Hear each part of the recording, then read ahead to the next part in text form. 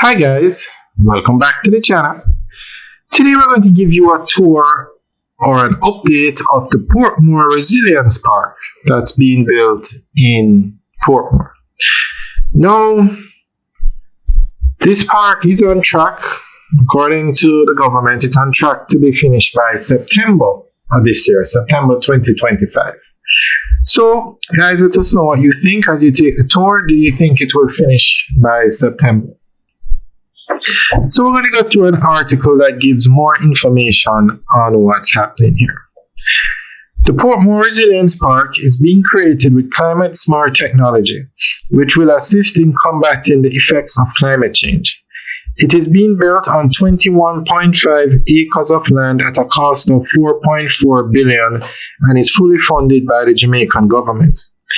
The park will include a 700-meter jogging track that runs through the complex, tennis and pickleball courts, an indoor center for netball, badminton, and volleyball, as well as a multi-purpose event space, an outdoor gym, and large outdoor concert area.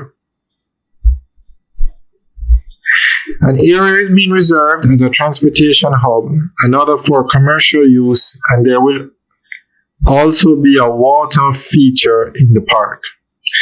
Recycled materials are being used where possible, and the entire park will be lit with power generated by solar panels.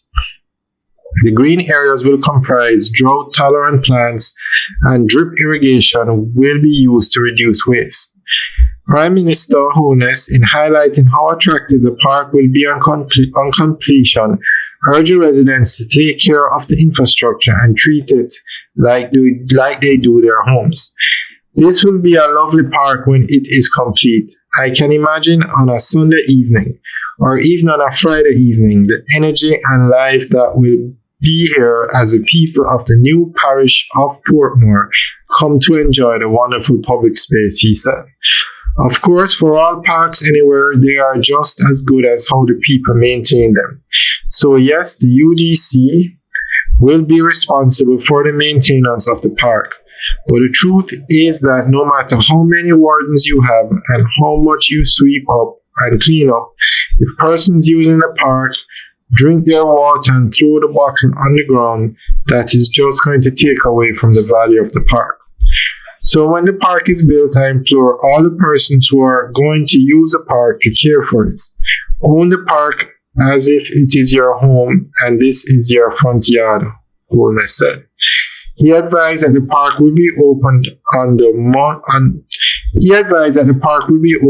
the public about a month or two after it is completed, adding that he anticipates seeing residents utilize the space. Alright guys, that's the end of the update article. So let us know what you think. Leave your comments in the section below. Alright guys, enjoy the rest of the tour. Have a good day. Wow.